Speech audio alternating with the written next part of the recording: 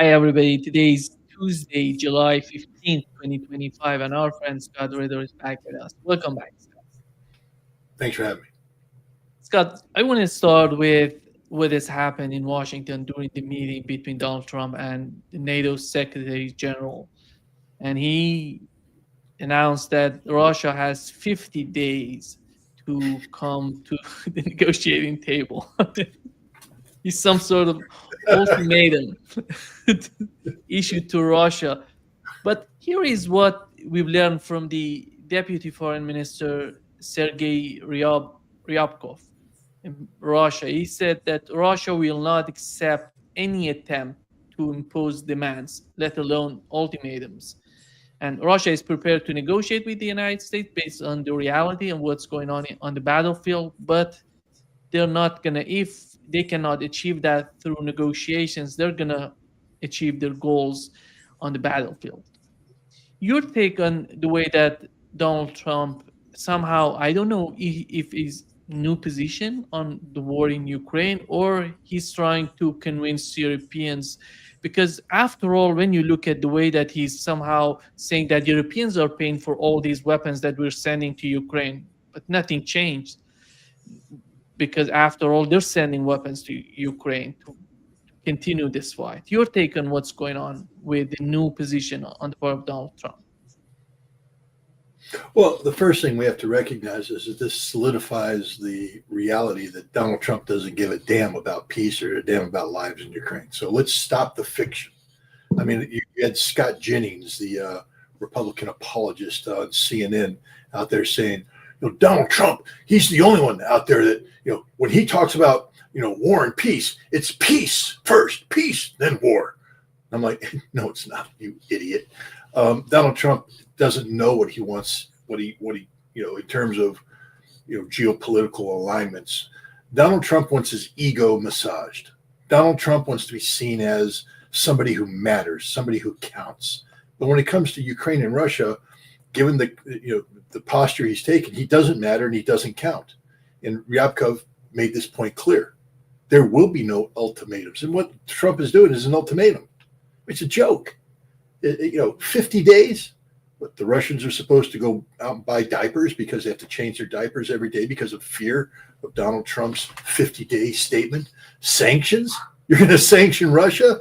Well, I guess they're talking about sanctioning, the supporters of Russia who buy the Russian energy and the Russian oil, do trade with Russia. Let's see. China. I think Trump just fixed the biggest mistake he ever made about China, which was to impose sanctions on tariffs on China in April. China didn't blink.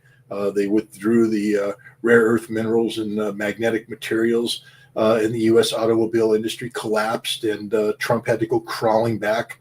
And they just fixed it. It looks like they were getting back on track to some sort of trade agreement. And what, he's going to throw it all away by putting 100% sanctions on China now?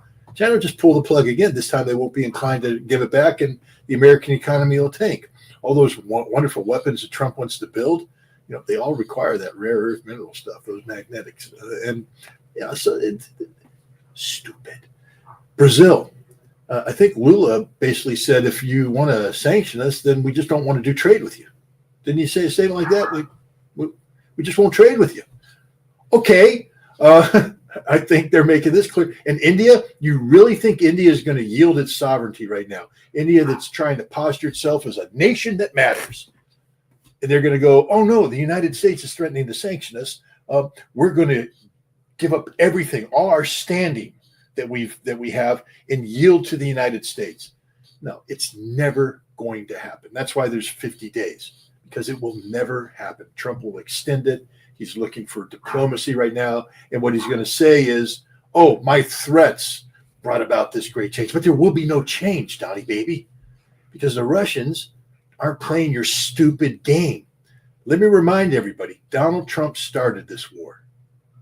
He tries to blame it on Joe Biden, but Donald Trump started this war. All of the policies that are in place that led to the events of February 2022 were put in place by Donald J. Trump. And the Russians know this. Now, the Russians, of course, being the mature, diplomatic, mature nation that they are, will have the door open to diplomacy. And it's better for Russia to talk to the United States than not talk. And so, no matter how unpredictable and outrageous Donald Trump is, I mean, come on, David, outrageous. What do you think the Russians think about Donald Trump's leaked 2024 campaign statement, where he told Vladimir Putin, that I will bomb the you-know-what, bovine excrement out of Moscow if Putin moves into Kiev? The statement was never made. Never made. So Donald Trump's a liar, and the Russians are just like, who is this man-child? And that's how they're treating this. What threat is here? The threat of sanctions, I already told you, that will never come to play. First of all, Russia could care less about sanctions, and the big partners out there, they're not gonna yield either, because that's the end of them. That's the end of them as being relevant. And if they come together, their combined impact on the American economy, Trump will never do this. He'll never pull the trigger on this. The weapon systems, 17 what? Batteries, full complement. Holy cow, Donnie, baby, where are you getting them? Germany, they got 12. They ain't giving them up. They might give one or two up. They've already given two up, but they've been blown away. Let's see, Spain could give up some, but they don't have that many to begin with. Give up one. The Netherlands, give them another one. Yeah, we're up to 4, and they're not going to happen overnight. Germany's not going to provide any transit support till they get new stuff in, and the Americans ain't building new stuff, and if they are, it's going to Israel or to replenish American stocks. This is not happening.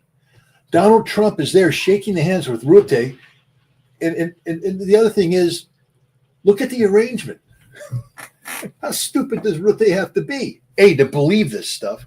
But here's Donald Trump's thing. Hey, Mark, you're going to give up all your weapons to Ukraine. You. And then you're going to buy them from us. And we're not going to spend a penny. If I were Ritter, I would have looked there and said, Donnie, baby, stick it in your ear. Why don't you go? We've already drafted it up for you.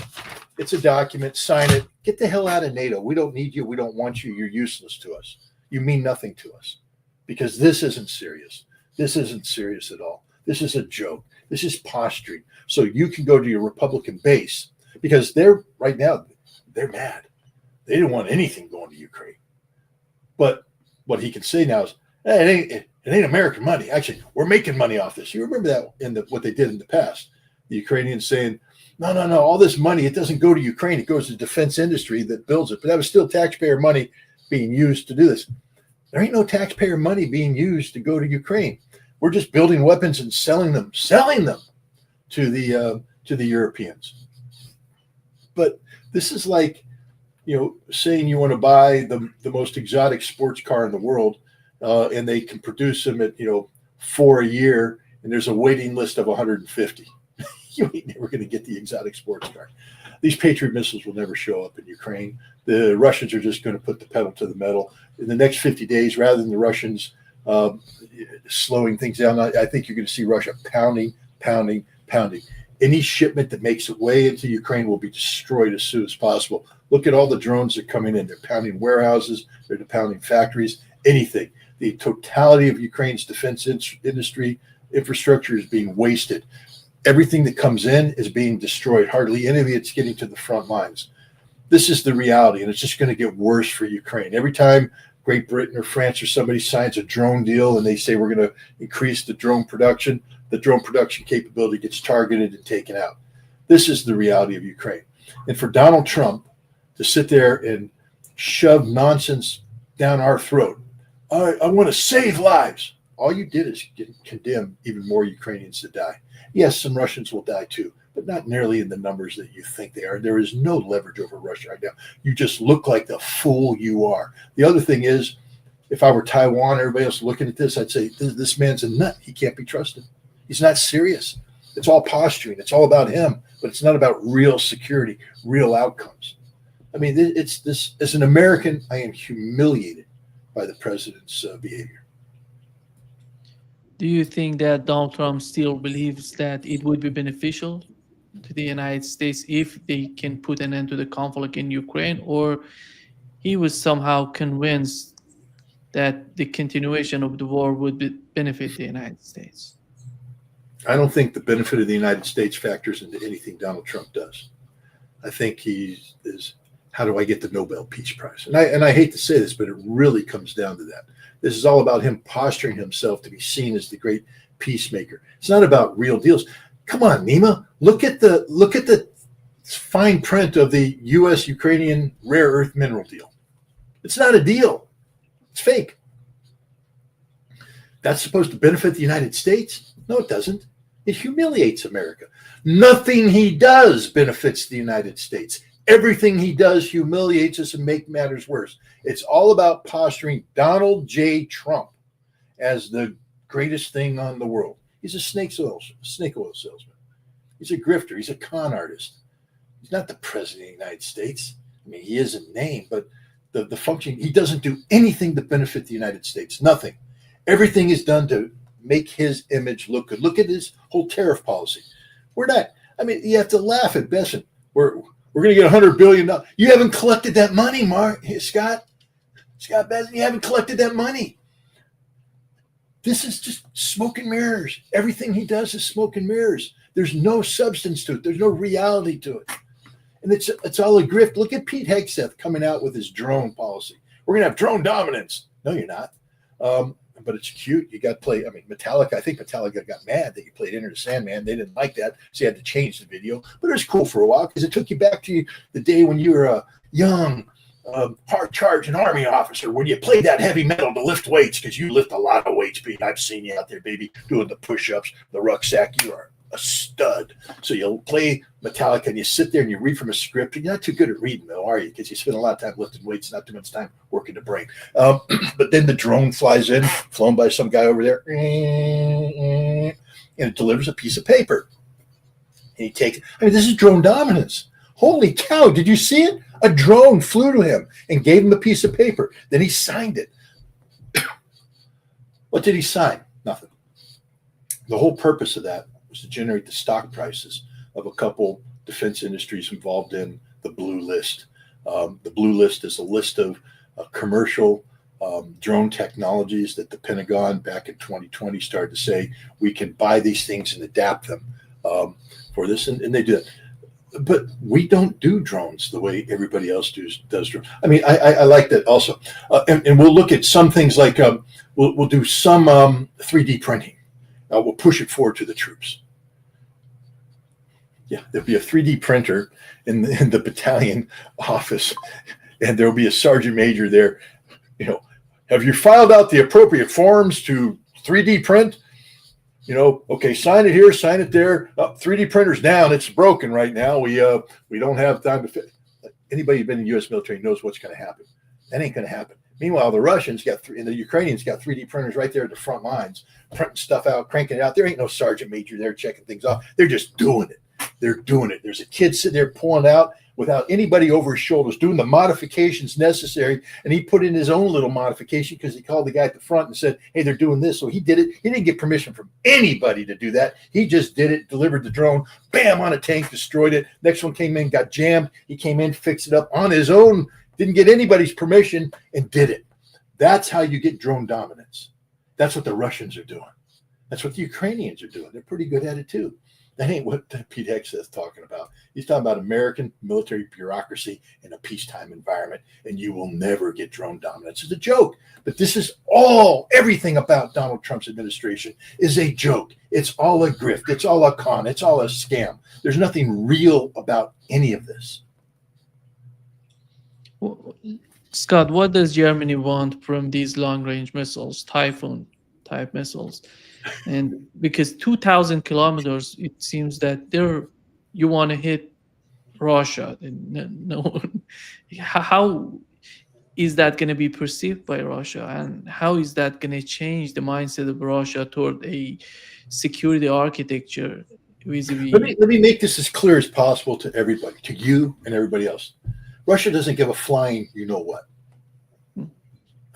Okay, you're manifesting yourself as a threat. We therefore shall now reallocate the resources necessary to deal with the threat. Germany doesn't understand. They're playing a game they can't win. Russia will blow Germany off the face of the map. The Russians have not forgotten what Germany was. And you now have Peskov saying Germany is becoming an enemy again. And if Germany wants to be an enemy, Russia knows how to deal with enemies.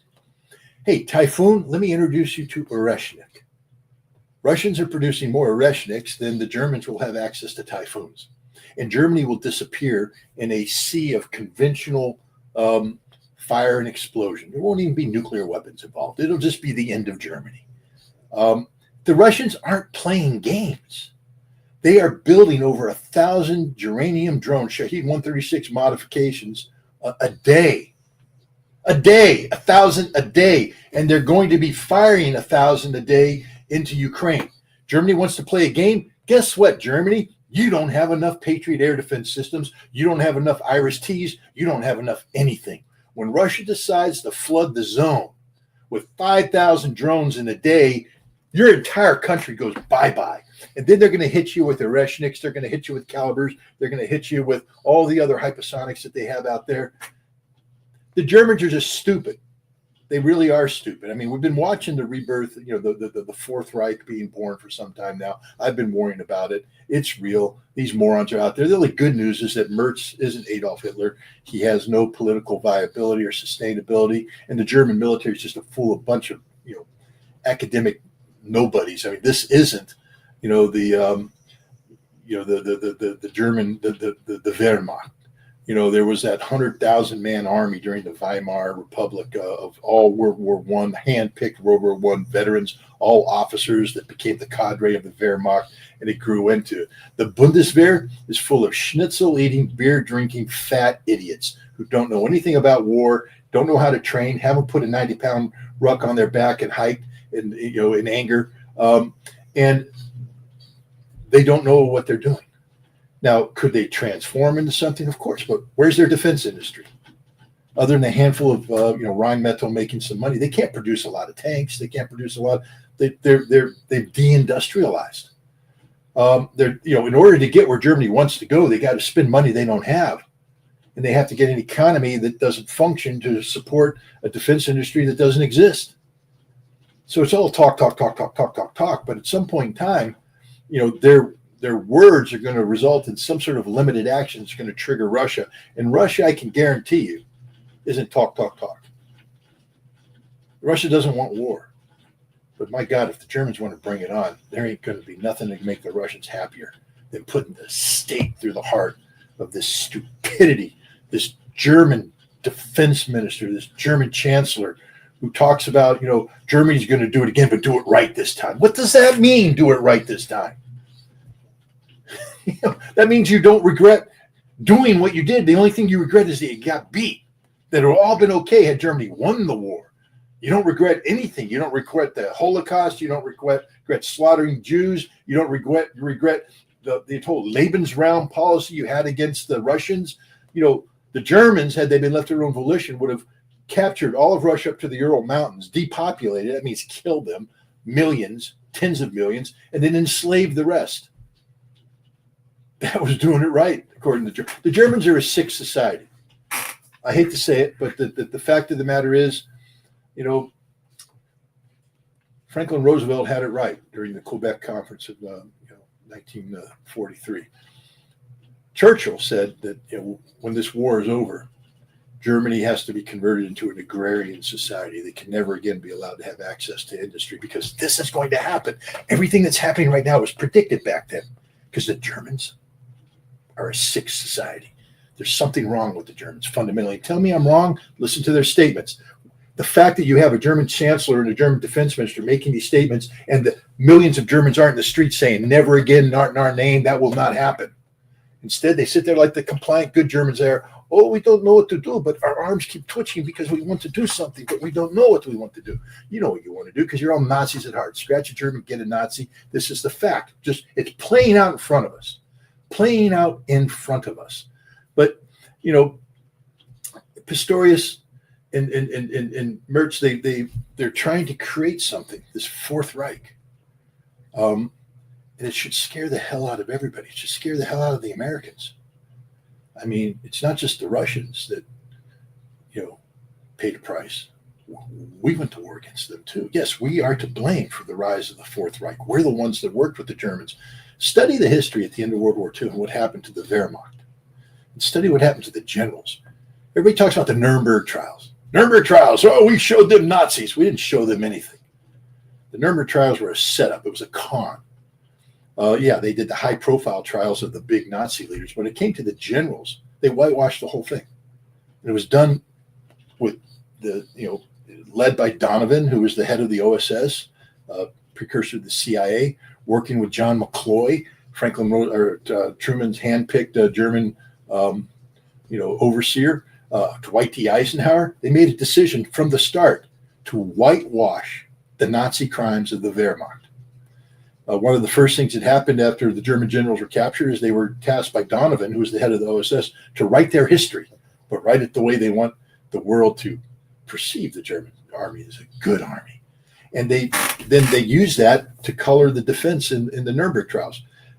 Seidel, who ended up being the first German general to become commander in the new expanded NATO in 1955, 10 years after he was a Nazi. He was put on trial along with 20 other generals, and they were found guilty of war crimes, killing hundreds of thousands, if not millions, of civilians in Norway, in Greece, in France, and all the occupied zones. He, Seidel, was responsible, found guilty, sentenced to 20 years, didn't serve a day. Why? Well, because he, along with the others, whitewashed their history. He wrote a book, Invasion 1944, about the Normandy invasion from the perspective of the Germans, making it look as though the Germans were simply doing honorable military work, fighting. This was the campaign, and we were military people, ignoring the fact that while that was happening, the troops he commanded were slaughtering French civilians for the crimes that he ended up being held accountable for. They're all dirty. Every single German armed officer, every general soldier was dirty. They committed the crimes, especially against Russia. This is why the Russians will never forget. You have Halder, who was the chief of staff of the German armed forces. In 1941, he signed the Commissar Order. You know what the Commissar Order is? That you capture a political commissar, a member of the Communist Party. Every unit had one. You kill him on the spot. Kill him on the spot. Then the Communist Order. Kill them all. Von Manstein escaped it because he signed an order that said, we won't implement this. And everybody went, well, good, look, he's not a no, read the rest of the print. We won't implement it because it slows down our advance too much. Gather them all together and send them to the rear and let the other people kill them. It's not that he said we're not going to do this because we're good Germans. He just said it slows us down. Let's get them to the back and let them kill them all. He had no problem with killing them. He just didn't want to do it up front.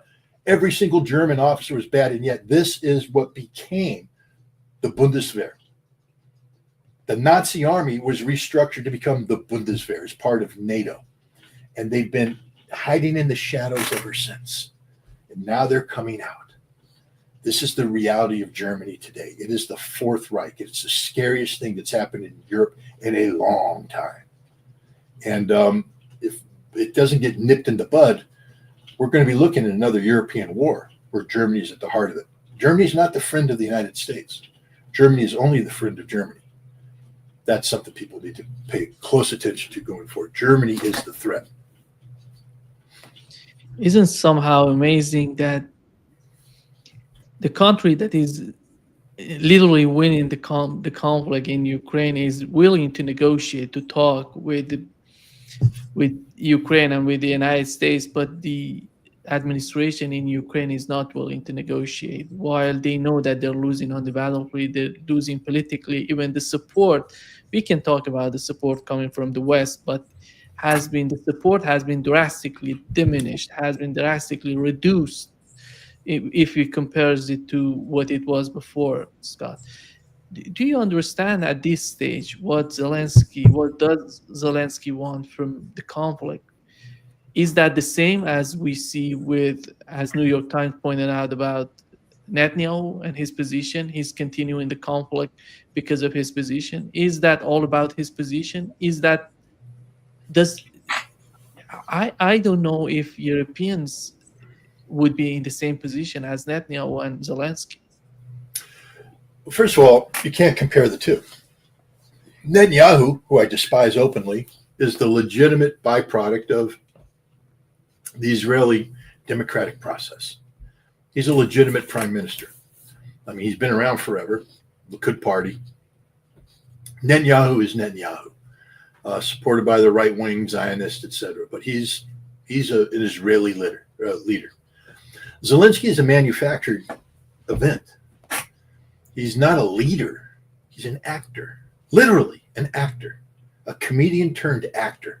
Let me remind the audience, what brought him into national forefront was the fact that he starred in a TV show called Servant of the People. It's a cute little show. I saw it. I thought it was pretty funny, where he plays a teacher, an everyman, who goes off on a spiel. Somebody records, he goes on the internet, and then he becomes the president of Ukraine. And his job is to do good things for the Ukrainian. And then I think after season 2 or 3, the shortened season 3, he suddenly became the president of Ukraine. Because Holomowski, the guy who supported this, the guy who ran the media thing that picked this, made this happen, who was working with the British who picked this was a MI6 operation from the start. British intelligence, together with the CIA, needed to get rid of they couldn't have, Poroshenko continuing to front because he's a corrupt oligarch and all that. So the oligarch said, we're going to pick a fresh face. Now, how do you sell this BS to the Ukrainian people? You put on a TV show.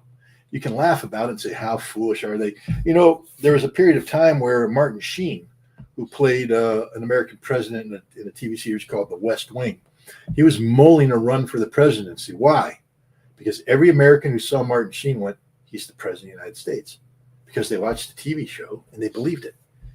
That's half the battle here, perception. He's perceived as a leader. And Zelensky was able to say, I played a president on TV, therefore I can be the president. I'm believable. And he was going back and he basically regurgitated to the Ukrainian people the same spiel that he gave on the TV series about corruption. We need to do this. I believe in peace, all this kind of stuff. He didn't believe any of that. He's a cocaine snorting homosexual deviant. That is him. Now, that doesn't mean that all homosexuals are deviants, but he is. He is a deviant. He lived a lifestyle that would have made, cabaret performers in Berlin in the 1920s and early 30s blush. He's not a good person. He's a very bad person as a human being, his heart. But he's a convincing actor, a convincing performer. And the British and the Ukrainians were able to convert this guy into a symbol, and he became the president of Ukraine. And immediately after becoming the president of Ukraine, had to deviate from the promises he made, which was all a lie, to the real agenda. Because this man who said, I would crawl on my knees to Putin, crawl on my knees to have peace, who convinced all the Russian-speaking people out there that he truly believed in resolving the situation in the Donbass nonviolently. No. Immediately convened a war conference. There's a videotape of him saying, I will go to war. I will go to war. That's him. So he's been playing a role ever since. So we can't speak of Zelensky as a Netanyahu. He is a controlled resource, a controlled asset. Why did Trump get mad at Zelensky? Think about it for a moment. Because he broke script. Zelensky forgot for a moment that his job was just to shut up and nod his head. That's what the script said.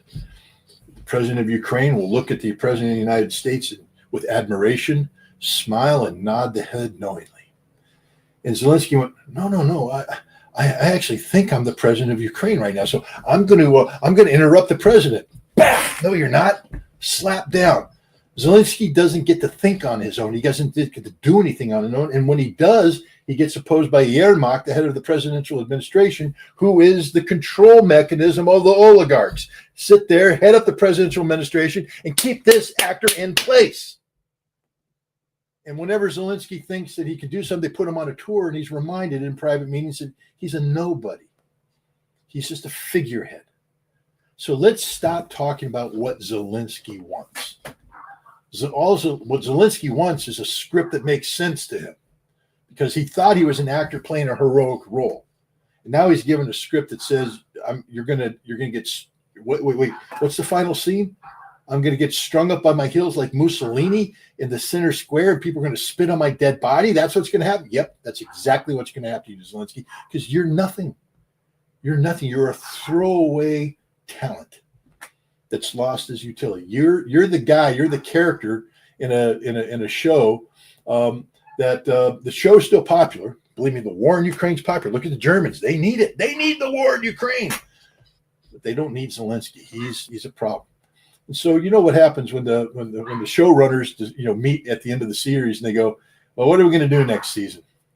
Well, what we're going to do is we're going to get rid of the president because nobody likes him anymore. He's not a convincing character, and we're going to write him off. Meanwhile, the actor's sitting there running around as if he's got the next season coming up and he's going to be the big star. And then they show him the script and he goes, "You're dead." What? I don't want to die. That's Zelensky. Let's stop talking about Zelensky as if he's a leader of anything. The Russians don't recognize him as a leader. They won't even do business with him. They say, "We'll meet with him. We'll meet with an actor." I mean, President Putin meets with, anybody who wants to shake his hand. Not anybody, but I mean, he meets with a lot of people. That doesn't mean that he's going to, sign a business relationship with them. The Russians are very legally minded. For them to have any agreement with Ukraine requires legitimacy on the part of the people participating in the process. There is no doubt in anybody's mind that Vladimir Putin is the president of Russia. There is no doubt that anybody he appoints under him has to do a job, has the authority of the Russian government behind them. Zelensky is not the legitimate president of Ukraine. Hasn't been for some time now. Constitutionally, can't do it. And I know the West sits there and rewrites it's a war. It doesn't say that in the Constitution. The fact is, right now, the leader of Ukraine constitutionally is the Speaker of the Parliament. That's who the Russians are saying, we'll do business with that person. But what we prefer is that you have new elections and you guys pick somebody who then can sit down and sign the document of surrender. But it ain't going to be Zelensky because he's not in a position to surrender anything. And that's the reality. And this is the reality of the whole government that he's built around them. It's the most corrupt edifice in the world. It doesn't represent Ukraine. It doesn't represent the Ukrainian people, Ukrainian nation. It only represents their own individual corrupt interests. So we can't compare Zelensky with Netanyahu at all, except that they're both scumbags. Here is what Financial Times reported, Scott. It says that Donald Trump privately urged Ukraine to strike deep inside Russian territory. And if we assume they have some sort of plan for Zelensky and his administration, is that going to be the last scene, the last take of that movie? Well, first of all, we have to be careful of this because there were some other reports out there too. Another report that said Donald Trump was considering providing Ukraine with Tomahawk missiles. And the Russians have come out and wisely said, we've seen reports like these before, and they've almost always turned out to be lies. I can't imagine any scenario where the President of the United States, having been briefed appropriately by his intelligence community, would ask Zelensky if he could strike Moscow, knowing what the consequences of that would be. Except that this president is pretty stupid. I mean, I get off the phone with Vladimir Putin, and he's talking all nice to me, but then he goes around and he bombs Ukraine. Why, Donnie baby? Why? Engage 3 brain cells in that orange-colored face of yours. Because you had them attack Russian strategic resources. What did you think was going to happen? I mean, Donald Trump lives in this imaginary fake world. Where the one I also love is when he said, I said I had a good phone call with Vladimir Putin, and Melania says he bombed another city last night. Oh, he's a bad man. Really? Is this where we're at? No way. Way. Okay, that's literally a quote from the president. No way. According to him, that's what Vladimir Putin told him. No way. You're not going to bomb Moscow. Way. Donald Trump said, as if this is a frat party. But that's the fantasy world that Donald Trump lives in. I don't believe these conversations took place. And if they did take place, I would have a hard time seeing responsible people allowing it to be manifested because we know what the outcome will be. Okay, Russia is just begging for an excuse to unveil Oreshnik in its full glory. Remember what Vladimir Putin has said, that what makes Oreshnik, especially destructive is the concentration of heat-based explosive destruction that can be done when you concentrate them. If you take a look, the Oreshnik hit here, here, here, here, here. Now, could you imagine all of the Oreshnik submunitions hitting in the one place? The destruction would be the equivalent of a nuclear bomb. And now imagine a dozen Oreshniks being fired. Guys, we need to stop listening to the Financial Times. We need to stop listening to any of these ridiculous media outlets. If they don't name a source, it's probably not an accurate report, especially when you're talking about extreme policies of this. Because even Donald Trump, in his ego-addled brain, isn't stupid enough to believe that Ukraine could actually get away with that. Actually, the other day we had a report on Axios talking about that Vladimir Putin behind the scene is somehow pushing for zero enrichment on part of Iran. And I reached the Iranian official, they said, no, nothing happened of that sort. And that's the kind of source. Yeah, that's the same source.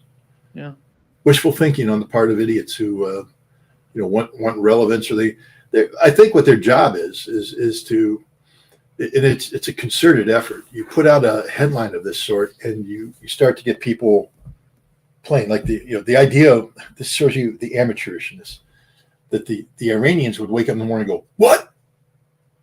Putin's going behind our back. That son of a gun. We're outraged. We need to change our status with the Russians, as opposed to reading it going, hey, Aragchi, yeah, you were just talking to Lavrov the other day, right? Yeah. What do you think? Nah, I didn't think so either. The Iranians and the Russians have their way of doing diplomacy, their way of sharing information, but these amateur propagandists actually think that putting lies out there are going to get, it's like they wanted to get the Russians. You're going to strike Moscow? You're going to, maybe we should, Putin, you have to think about leaving the city. They're going to strike Moscow. We have to change everything we're doing. We have to reallocate air defense resources from where we have them on the front line. No, they're going to strike Moscow. We have to build a layered defense. We have to spend all our time. The Russians are going, nah, don't worry about it. We're not worried about it. Because if they do, we know what we're going to do. And it's, this is stupidity. These propagandists actually think that the Russians and the Iranians read this crap and pay attention to it. This is fodder for the mindless American masses. And it's all about they're doing everything to go against Russia. It's about Russia, Scott. It's not about Iran, in my opinion, because they're trying to say that, look at what Russia does to Iran. So you can imagine what Russia, somehow they're trying to draw a line between Iran and Russia by a thing at this point that we're living. They're so close. They're so close. Nobody would imagine in the West how close the government, the establishment, or the political parties, decision makers in both countries are close to each other. Yeah, it's a relationship of trust, and trust that has been earned. There's a lot of people that are trying to create this. They're trying to use Syria as a leverage against Russia and Iran. And yes, there were differences of policy in Syria. The Russians made no bones about it. The Russians did not want Iran establishing themselves near the Golan Heights. And they said, we that's not our purpose here. Our purpose is to put up Assad, and if Iran is here to help Assad, but we're not here to actually shoehorn Iran into a favorable position against Israel. And so they had a difference of opinion, but they also worked together very closely. They collaborated together in Syria to achieve important results. And they also collaborated together. I mean, the whole Shahed drone thing where the Russians came in, the Iranians turned around and did this. There is a relationship here that is mature. I have very good friends that I've known for a lifetime. Guys that I met when I first went to Russia, Americans. We disagree on Ukraine. Fundamentally, vehemently, we're still the best of friends. And if it came time for me to ask for them to help me, or for me to help them, which we both have done, everything's dropped and the help's done, and we never have to worry about, are they going to stab me in the back? Are they going to do this? Are they going to do that? No, because that's what friendship's about. But people don't understand that Russia and Iran can have differences of opinion diplomatically on certain issues and still maintain a close relationship based upon trust. And you've seen it. You're 100% right to point it out. One of the major bylines in the propaganda conflict being waged post-Israel-Iran conflict is the betrayal of Iran by Russia. But where you're not hearing it from Iranian officials, and you're not hearing Russians going, well, they don't trust us anymore.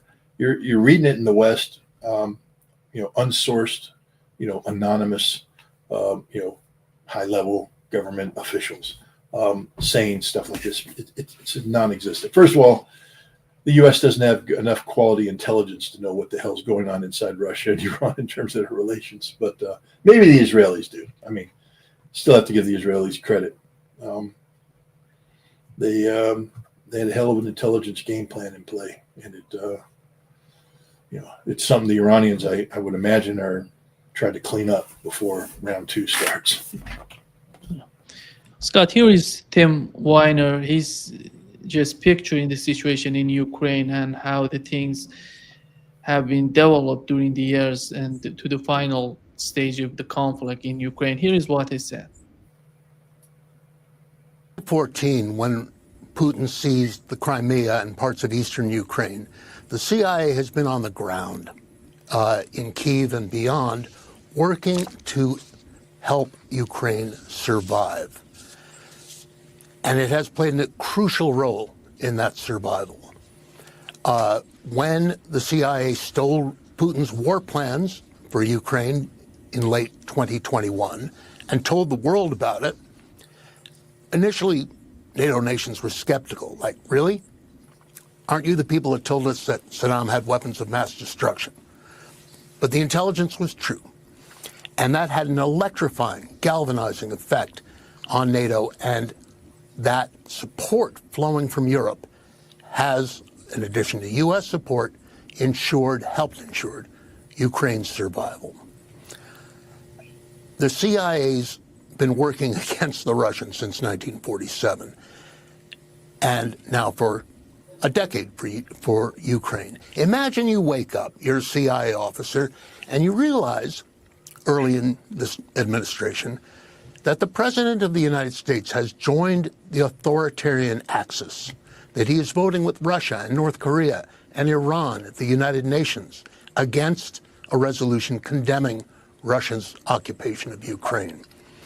It was a head-spinning, gut-wrenching day for them when that vote took place in February. And every day these guys go to work trying to, subvert the Kremlin and support Ukraine. And it's been a difficult 6 months. The establishment is so desperate, Scott, to continue the conflict. They're doing whatever. I do believe that they're trying to somehow, through European leaders, to convince Donald Trump to continue the conflict. But the way that this guy is picturing the situation, how honest he's just drawing the cases, the way that CIA was trying to do something together. He didn't mention MI6, but I believe that MI6 was totally involved in the coup in 2014, in the aftermath of the coup. And right now, it's somehow, in my opinion, they're bolder than CIA in Ukraine, considering what's going on right now with the Zelensky administration. Your take on that? Well, gosh, how do I proceed here? Tim Weiner's, he's not to be trusted on any of this. I've known Tim Weiner for a long time. He is the equivalent of a CIA historian, even though he doesn't work for the CIA. His job is to spin everything to the favor of the CIA. When I resigned as a weapons inspector in Iraq, having spent 7 years working intimately with the CIA at every level on the issue of Iraq and WMD, he was one of the people tasked with, countering what I was saying, and I just despise the man because I know what I know and how I know it. And I know that when he starts talking about things that I was intimately involved in and countering it, I know who his sources are. He's not a legitimate journalist. He's not a legitimate historian. He might as well be on the payroll of the CIA. He was that way with Iraq and WMD, and he's that way on this story right now. He's giving you the CIA approved narrative, which is designed to do two things: spin things, in a way that puts the CIA in a good light, and then, shape public perceptions. Let me make the following observation about the CIA. Anytime you have somebody talking about the CIA officially and acting as if they have sources in the CIA does not function. It's not designed to function in the sunlight. It's not how the CIA operates. The CIA is all about lies, deceit, deception. Hell, you had Mike Pompeo brag about it, if you remember, when he was the director of the CIA. So if you have somebody coming out saying, my sources in the CIA say this, stop, finish, done. Because the only reason they're talking to you is because they're trying to achieve a propaganda aspect here, an information operation against the American public. The CIA will never tell the truth. Doesn't mean the truth can't be found out, but the CIA is incapable of telling the truth. They're not designed to tell the truth, especially about covert operations. They're covert for a reason: deniability. So when the CIA speaks, it's because there's a need to speak to shape the perception, to take you away from the direction they want. Go the exact opposite direction of what Weiner said. And that's the reality. He's shaping something, trying to create something, because they don't want you looking here. They want you over here. And that's all I have to say about Tim Weiner. He's a disgusting journalist. He's not a journalist. He's a CIA hack. And his job is to work with the CIA to deflect public attention away from where it needs to be focused. Scott, if you were to mention the main goals, and let's assume A, B, C, and Netanyahu had 3 goals to go to Washington to talk with Donald Trump, what could have been those 3 goals? And because nobody's talking about the meeting between Donald Trump and Netanyahu, and nothing of that sort came out in the news, in the mainstream media, about what has happened during the meeting and what was the main goal of that meeting. Goal number 1, I'll just refer you to Donald Trump's social media postings before Netanyahu showed up, where we're exclusively on interfering with Israeli judicial proceedings against the corrupt Israeli prime minister. Netanyahu was in court, and Trump is posting, "You can't do this. I'll sanction you. Let this man go. Free Bibi." The whole spiel. Bibi's in a domestic political crisis. He's in a lot of trouble. So the very first thing they were talking about is how Donald Trump can help stabilize the situation in Israel. Bibi is telling them who the enemy is, who's the problem, where it's coming from, and then Donald Trump will turn to his people and say, make that problem go away. And there was a whole conspiracy against Israel being run by the White House to prop up Benjamin Netanyahu. That was the first thing. The second thing is Iran and planning phase 2 of this conflict. What the United States is willing to support, what they're not willing to support, what the red lines will be, but shaping the inevitability of round 2, because there will be a round 2, especially if Iran doesn't, yield on the nuclear issues. And then 3 was Gaza, Hamas, shaping the post-conflict, the post-October 7th reality of the Middle East, to include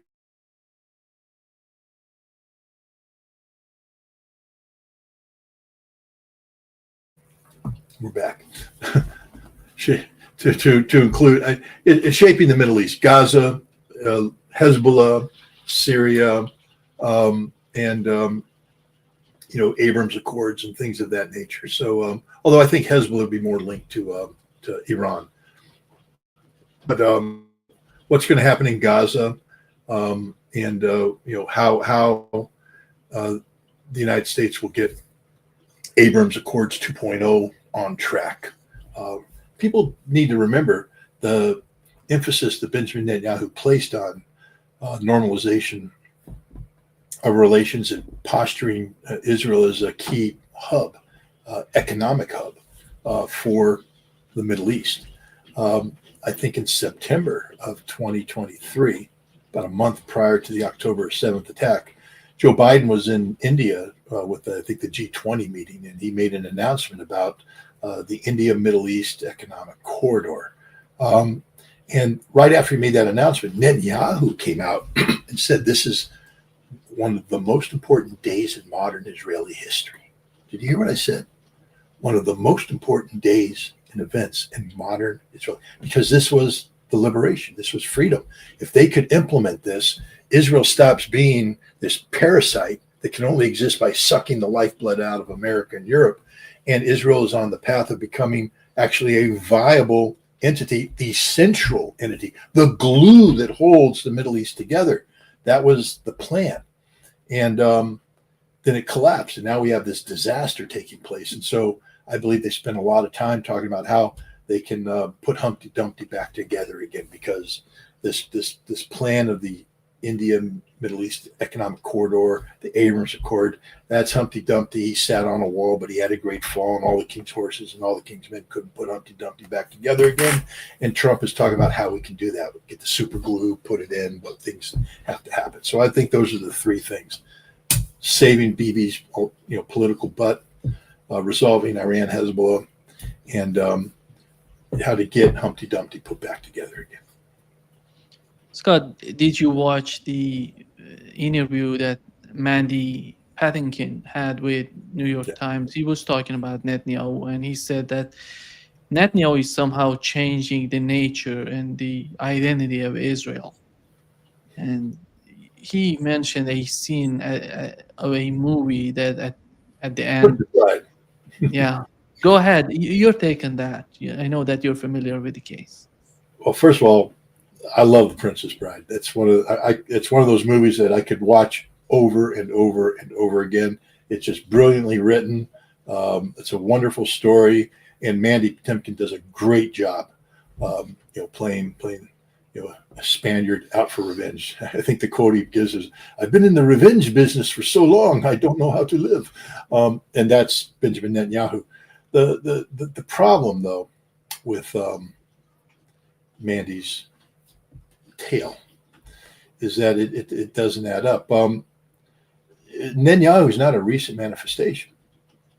Netanyahu is the man who ordered the assassination of Yitzhak Rabin back in 1995 or 6, November 90. I don't know. I'm getting old, but I was there, so I want to say, was it 95 or 96? 96, because I had good relations. It's 95. 95, okay. November 4th. 95. Yeah, I was in Israel, and I remember being while I was there, the headlines. I mean, because there was a rally, and Netanyahu, is there, and there's a right-wing rabbi that comes up, and he invokes some sort of Talmudic bullshit about, how Yitzhak Rabin has betrayed the Jews, and therefore he is no longer protected as a Jew, and he could be killed as a goyim or something of this nature. And the assassin was in there going, yeah. And I remember I was being driven to where I worked out. I would go inside the Kiryat for meetings, but the place I worked was a intelligence facility outside of the Kiryat, and I was driven there by an Israeli lieutenant colonel. And I remember going in the morning, and he said, Rabin's going to hold a peace rally here tonight as we passed the stadium. And I went, cool, maybe I'll go. And I just sort of said, maybe I'll go. And then on the way home, back to the hotel, he said, stay away, don't go. And the Israelis never once told me I couldn't go somewhere or couldn't do that. I mean, basically, it was my time off. I could go. I'd rent a car and go up to Nazareth and see the things. I would tour the Holy Land and all this kind of stuff. But this one, he said, don't go. And I said, why? And he goes, they're probably going to kill Yitzhak Rabin tonight. What are you talking about? He said, no, he's not listening to anybody. There's right-wing fanatics out there that want him dead. He's not going to wear a body vest. He's going to make a speech. And just don't go. There's going to be violence. So I didn't go. I went to dinner instead with two Israeli officers and their fiancées. And I remember sitting in the restaurant, and we're sitting there, talking. And all of a sudden, the restaurant owner comes out and just says, Yitzhak Rabin has been shot and he is dead. Our prime minister is dead. And everybody at that moment in time just stopped and got up. Nobody paid the bills. I mean, I was sitting there as they walked away going, we have to pay for the food. And they're like, everybody just went home and went into mourning, straight up mourning, national mourning. And from that moment on, Israel changed, because then that was also about the same time that Israel was opening the floodgates for the Russian and Ukrainian, Jewish immigrants post, Cold War. And I remember talking to the Israelis. They said this fundamentally will change everything, because it's going to change the political dynamic of Israel. It's going to stack the demographics in favor of Netanyahu's Likud party with people who don't understand the Palestinians, who hate the Palestinians. They'll be seeking to impose, a very strict Zionist approach on this. They said this, and I remember talking to the Israeli intelligence officer responsible for doing the national assessments.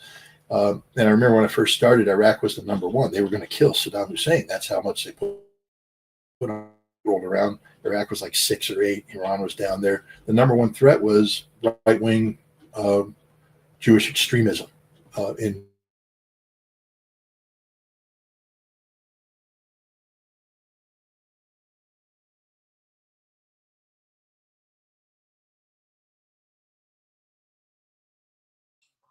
Yeah. Can you hear me, Scott? Yeah.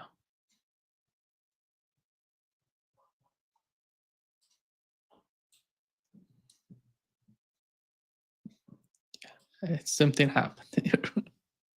Let me just call it.